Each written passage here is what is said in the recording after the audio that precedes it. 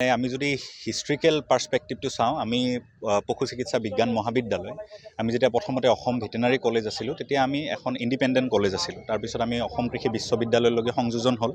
কিন্তু তাৰপিছত 1900 চনৰ লাষ্টৰ ফালে আমি অসম কৃষি বিশ্ববিদ্যালয়ত আমি সংযোজন হ'ল।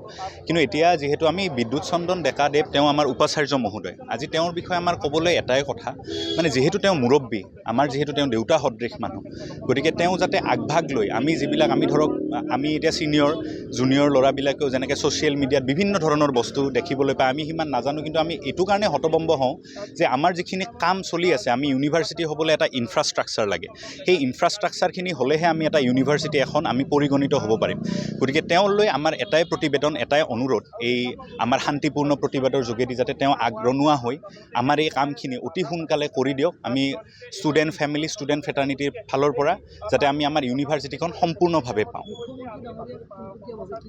মুখ্যমন্ত্ৰী ডাঙৰীয়াক আমাৰ ধন্যবাদৰ বাদে একো নাই। মুখ্যমন্ত্ৰী ডাঙৰীয়াক, অসম চৰকাৰক আমি সদায় নথৈ আনন্দিত। যিটো আমাৰ বহুদিনীয়া এইটো অনুৰোধ আছিল, আৰু তেওঁ আহিলে, তেওঁৰ চৰকাৰ আহিলে, আমাক তেওঁ ছাপোৰ্ট কৰিলে, আৰু আমাৰ আজি অসম পশু চিকিৎসা আৰু মীন মহাবিদ্যালয় কৰি আমাক তেওঁ এটা উপহাৰ হিচাপে দিলে। আৰু আমাৰ ভৱিষ্যতৰ বাবে এইটো বহুত ডাঙৰ কথা, আমাৰ প্ৰফেশ্যনটোৰ বাবে এইটো বহুত ডাঙৰ কথা। মহাবিদ্যালয়ৰ পৰা বিশ্ববিদ্যালয় হোৱাটো আপোনালোকে বিচাৰে? আমি বিচাৰোঁ, কাৰণ আমি এই কাৰণেই বিচাৰোঁ, কাৰণ এইটো আমাৰ যিবিলাক আগৰ ছিনিয়ৰ্ছ আছিলে, আমাৰ যিখিনি পাছ আউট আছিলে, তেওঁলোকে আমাৰ প্ৰফেশ্যনত বিচাৰিছে যে আমি যিহেতু আমাৰ ৰিভেনিউ আছে বেছি, আমাৰ যিহেতু আমি এটা প্ৰফেশ্যনেল কিবা হয়, আমি বিচাৰিছিলোঁ, সকলোৱে বিচাৰিছিলে। কিন্তু আমাৰ আগৰ পৰা বিচাৰি কথাটো তেওঁ অতি সোনকালে কৰি আমাক যি উপহাৰ হিচাপে দিলে, গতিকে আমি অসম চৰকাৰ তথা অসমৰ মুখ্যমন্ত্ৰীদেৱক বহু ধন্যবাদ যাচিছোঁ। আজি মৌন প্ৰতিবাদ, আজি শান্তিপূৰ্ণ প্ৰতিবাদ। আমি ভাবোঁ যে এই শান্তিপূৰ্ণ প্ৰতিবাদতে যে গোটেইখিনি বস্তু সমাধান হৈ যায়। গতিকে আমি আগন্তুক সময়ত আমি যাতে একো সীমাবদ্ধতা আমি ৰাখি, আমি প্ৰফেশ্যনেল কলেজ, গতিকে আমাৰ বহুত ক্লাছ পাতি থাকে, আমি কাকো হেম্পাৰ নকৰি যাতে আমি এইখিনিতে আমি বিচৰা আমাৰ মনৰ যি বাক্য, সেইখিনি যাতে গোটেই অথৰিটি তাতে গৈ পায়, আমি সেইখিনিয়ে বিচাৰোঁ। আগন্তুক দিনত এতিয়ালৈকে চাওক, আমি সদায় আশাবাদী মানুহ।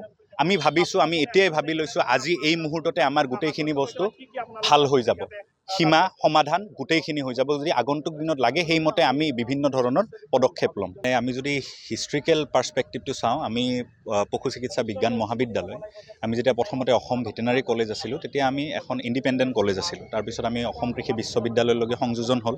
কিন্তু তাৰপিছত 1900 চনৰ লাষ্টৰ ফালে আমি অসম কৃষি বিশ্ববিদ্যালয়ত আমি সংযোজন হ'ল।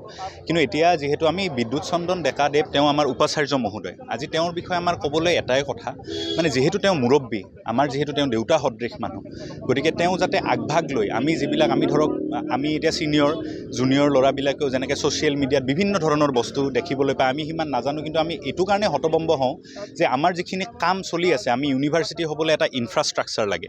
সেই ইনফ্ৰাষ্ট্ৰাকচাৰখিনি হ'লেহে আমি এটা ইউনিভাৰ্চিটি এখন আমি পৰিগণিত হ'ব পাৰিম। গতিকে তেওঁলৈ আমাৰ এটাই প্ৰতিবেদন, এটাই অনুৰোধ, এই আমাৰ শান্তিপূৰ্ণ প্ৰতিবাদৰ যোগেদি যাতে তেওঁ আগৰণুৱা হৈ আমাৰ এই কামখিনি অতি সোনকালে কৰি দিয়ক। আমি ষ্টুডেণ্ট ফেমিলি, ষ্টুডেণ্ট ফেটাৰ্নিটিৰ ফালৰ পৰা যাতে আমি আমাৰ ইউনিভাৰ্চিটিখন সম্পূৰ্ণভাৱে পাওঁ।